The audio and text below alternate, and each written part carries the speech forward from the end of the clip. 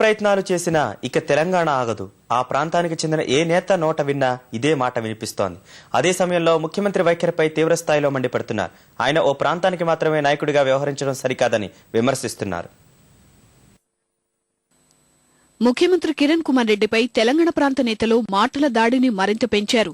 ఒక ప్రాంతం తరపున మాట్లాడాలని అనుకుంటే కిరణ్ తక్షణమే రాజీనామా చేయాలని ఉప ముఖ్యమంత్రి దామోదర రాజనరసింహ మరోసారి డిమాండ్ చేశారు. తెలంగాణతో పాటు సీమాంధ్రకు న్యాయం జరగాలన్నదే తమ అభిమతమని చెప్పారు. విజయవాడలోని ఓ ఆసుపత్రిలో చికిత్స పొందుతున్న తెదేపా నేత సత్యప్రసాద్ ను దామోదర పరామర్శించారు.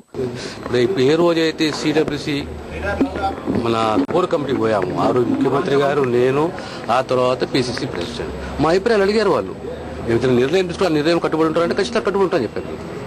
ఆనాడు మాట ఇచ్చిన తర్వాత ఈరోజు మాటకు తప్పాలి. మనం ఈ పబ్లిక్ ని తప్పుదారి పట్టించే వ్యవహారాన్ని మానుకోవాలని చెప్పి నేను విజ్ఞప్తి చేస్తున్నాను. ఎవరెన్ని కుట్రలు చేసినా తెలంగాణ ఏర్పాటు ఆగదని మంత్రి సారయ్య వరంగల్లో అన్నారు. తెలంగాణ ప్రజల మనోభావాలు దృష్టి పెట్టుకుని వివిధ ప్రాంతాలకు సంబంధించిన జిల్లాకు సంబంధించిన ఏం కావాలని కూడా మేము సభ దృష్టికి తీసుకురావడం జరిగింది.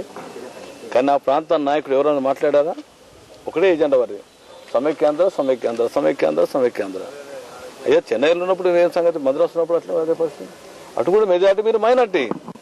రాబోయే పక్షం రోజుల్లో తెలంగాణ ఏర్పడుతుందని ఉప ముఖ్యమంత్రి దామోదర రాజనరసింహ ఆశాభావం వ్యక్తం చేశారు. కోస్తా ప్రాంతంలో ఆంధ్రప్రదేశ్ కొత్త రాజధాని, రాయలసీమలో హైకోర్టు ఉండే అవకాశం ఉందని ఆయన సంకేతాలిచ్చారు.